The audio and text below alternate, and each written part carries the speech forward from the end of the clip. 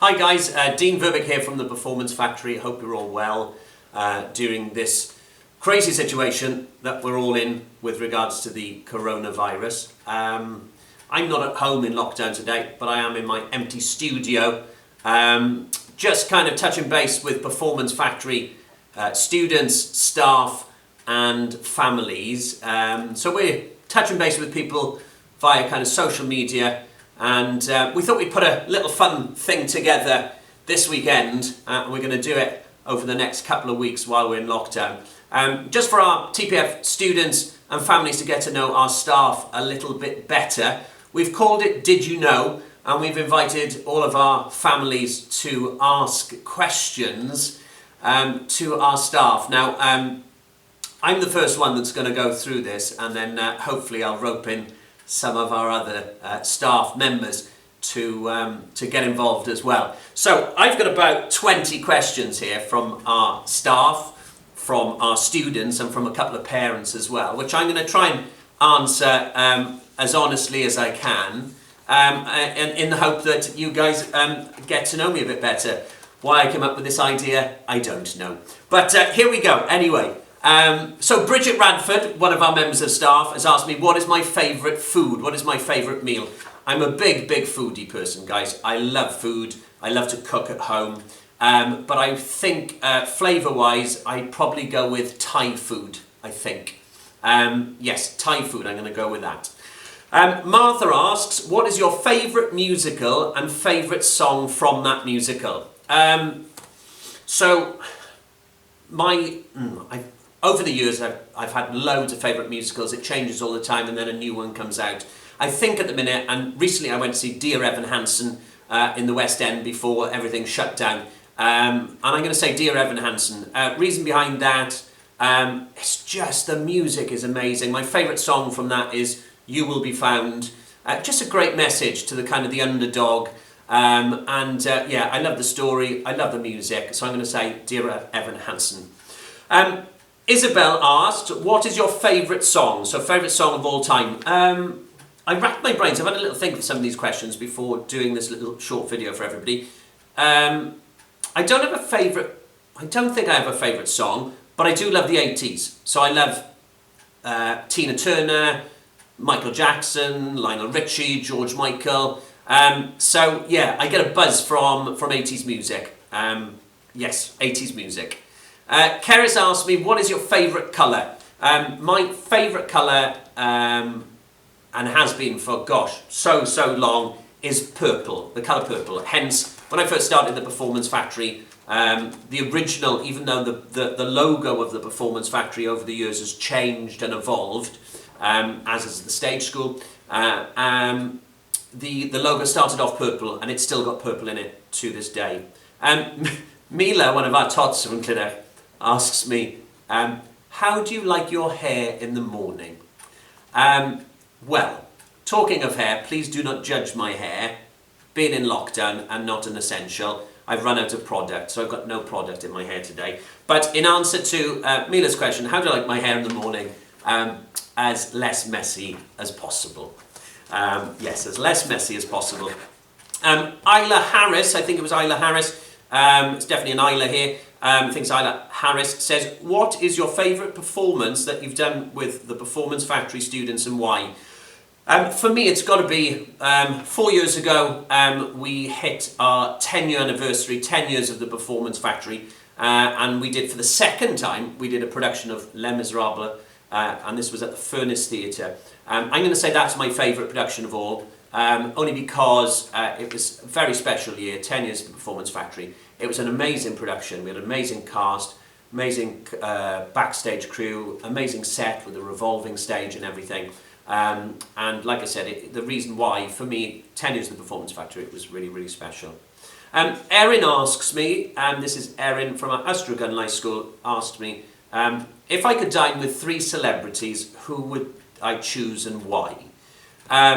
Okay, number 1, I'm a big fan of Rick Stein. He's a chef on telly, on BBC Two, amazing. His speciality is fish. He's absolutely brilliant. So he could come and he could cook. Patrick Stewart, I have an admiration for Patrick Stewart. He's almost 80. He's still, he's just finished a new series of Star Trek. He's been Captain Picard for 20, 30 years. He's also been in the X-Men. But also, he's a great classical actor and a big Shakespearean actor. So I'd love to just be sat around a table with him and talking. And then for music, somebody from Broadway, somebody like Idina Menzel. She's easy on the eye as well, of course. But yeah, we could have a bit of a sing-song, a bit of karaoke, and it'd be nice to chat to her. So Rick Stein, Patrick Stewart, and Idina Menzel, I think. Abby, moving on. This is moves on from my Rick Stein fascination with food. Abby says, if you didn't have a career in the performing arts, what would you have been? I would have been a chef, without any doubt. I cook lots at home, and some people might or might not know, I was on Come Dine With Me about 7 years ago, which I won, which was really exciting. Yeah, I would be a chef. Yeah, definitely, 100%. Alison, one of our mums, asks a couple of really nice, serious questions here. What is your biggest professional regret? My biggest regret is not preparing about, over 10 years ago, when it was the very first year, when they were the first casting Wicked in the West End. I had umpteen recalls and auditions for the part of Bock. I must have had about 5, easily. And the last time, it was the final audition for me to be Bock in the West End, and I completely messed up the audition. I drove, it was in the morning, it was in London, I'd moved back to Wales already. I drove up very early that morning. I started off at 5 o'clock in the morning, then I was almost late, then I had to run from I parked my car, got a tube, then I had to walk from the tube station. It was longer than I thought. It was raining. I got to the audition, soaking wet, didn't have time to warm up, completely messed up. So that's my biggest professional regret, is messing up my final recall for the part of Bock in the original West End production of Wicked. Where do I see myself in 5 years' time? Ask Alison. Completely still with TPF and developing the brand. I'd like to do some more acting. 2 years ago, back in 2011, I gave up acting altogether. 2 years ago, I started doing a little bit of panto. I did panto again then last year, and I'm looking to do panto again this year. But I'd like to do a bit more acting. I'd also like to do some more kind of directing, maybe outside of TPF, as much as I love, and I do love, working with all the students and kids. I wouldn't mind working a little bit more with some adults and just directing some and producing some projects that I personally would like to do. And I've just started writing. So years and years ago I used to write scripts. I stopped because I didn't have time, but I'm currently writing a panto for the Friendship Theatre Group of Peter Pan, which will be at the Furnace Theatre next year. In January next year, so I'm really enjoying that. I'm well over halfway through Act 1, and it's really fulfilling me as a person. So I'd like to do a bit more of that. Alison also asks, what is at the top of your bucket list? Being a foodie person, before I die, which hopefully is in a very long time, I would like to own my own restaurant. I would like to have a small restaurant at some point. That's on my bucket list of things to do. I'm going to try and fly through these a bit more, guys. Can I do any impersonations, says Tia Edward. Yes, I can. I went to school with your dad in primary school. He might be able to tell you of some of my rubbish impressions that I used to do. And the problem is, I'd reel them off now, guys, but all the kids now listening would probably not know half of these people were. But I used to do things like Yogi Bear, Zippy, from Rainbow. I used to do Sean Connery, Roger Moore, Jimmy Cricket, Alan Wicker. You probably don't know who all these people are. Dave Edna Everidge I used to do. So yes, I started off as an impersonator when I was a teenager. She also asks, who is my favourite pupil? Of course, I don't have any favourite pupils. Georgina, one of our teachers, asked, what is my favourite film? I have to say, Recently I went to see Joker, obviously not a children's film, but what an amazing film. From so many different angles. It was, the lead actor was brilliant, the direction was fantastic, the script was just chilling, it was absolutely amazing. However, the film that I've most watched over the years, and I must have watched it about 40 or 50 times, is Star Trek First Contact. I'm a big Star Trek fan. Amelia asks, what was the best bit about being dressed up as a girl when you were in Pontedower Panto? Apart from taking my makeup off at the end of the night, I really enjoyed the audience participation. So we talk about that kind of imaginary fourth wall between the stage and the audience. Obviously in Panto you take that down and the actors kind of converse with the audience and vice versa. I loved kind of speaking directly to the audience and having a bit of banter with the audience. Mably asks, why did you become a performer? I think, Mably, the reason I did is because I've always been really good creatively. I've been a creative person all my life, whether that be through acting, singing, doing magic, performing, art. I was very good at art in school, cooking even, but I'm very good at creative stuff. And I was never brilliant at academic stuff like mathematics and sciences and things like that. I'd like to think I'm an intelligent person, but my creative side really kind of takes over. So that's the way why I went into performing, really, because because of my creative side, I think. Starless Deer asks, what is the best main part that you've ever played in a show? When I first came back from London, I was up there living for 10, 11 years, working professionally as an actor and a performer. After I trained, I came back and I joined Cocket Amateur Society, Amateur Dramatic Society here, because I left the majority of my good friends up in London, because we all went up there together. And then I came back to make new friends, really. But the first production I went for there, I auditioned for, was for Jekyll and Hyde. I didn't expect to get the lead role as Jekyll, but I did. So Jekyll and Hyde, because at one point, which was absolutely crazy, I was singing a song half as Jekyll, and then I'd have to turn into Hyde, his evil counterpart, at the same time, and do this song where I was both characters. It was absolutely crazy, but very, very rewarding. Robert Jenkins, from our music school, a dear friend of mine who's a musical director, asks me, who is your favourite musical director?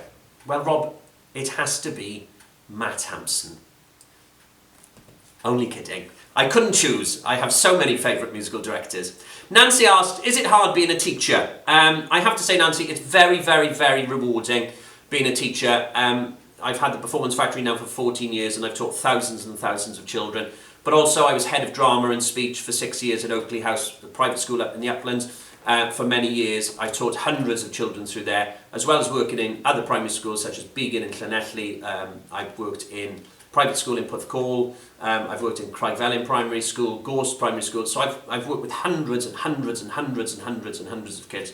And I've got to say, it's very rewarding. At times, it can be quite difficult when you're responsible for so many young people.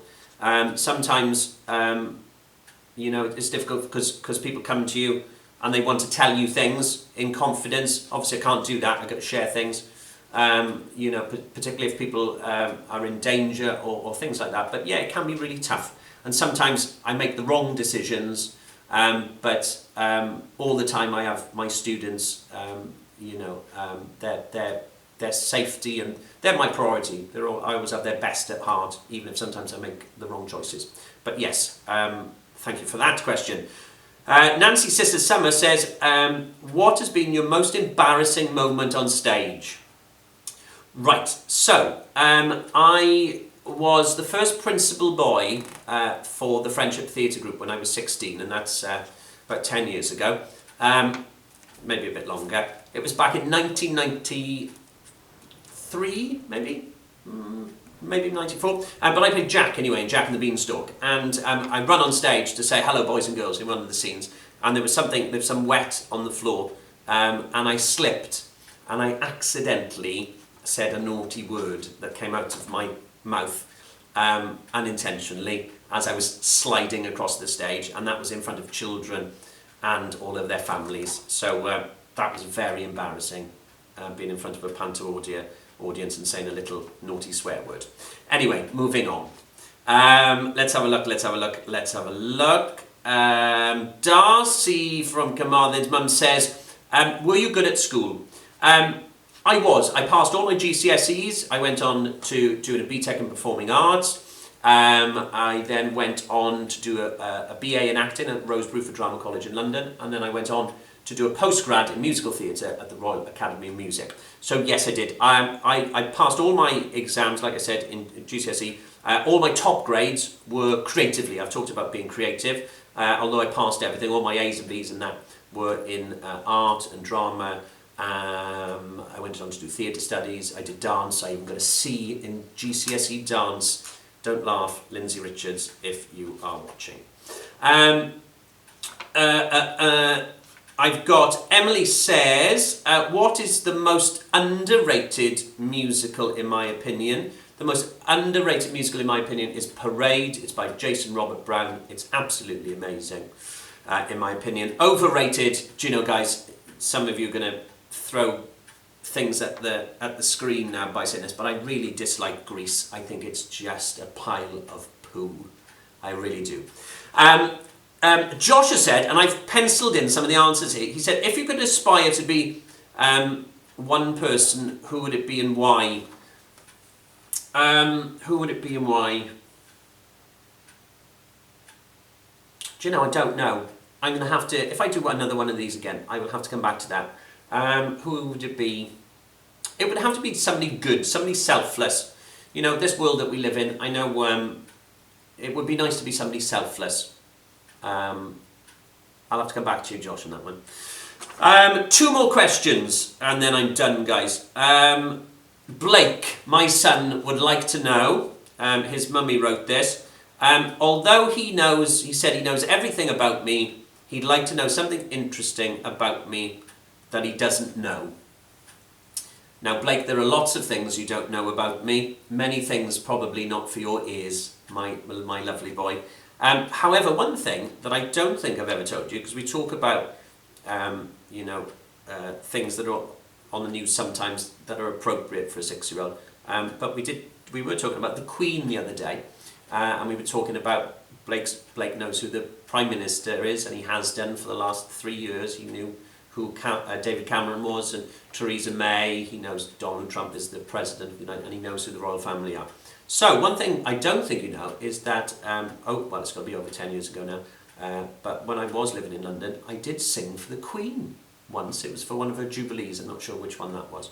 But I sang for the Queen, and I can tell you more if you ask me at home.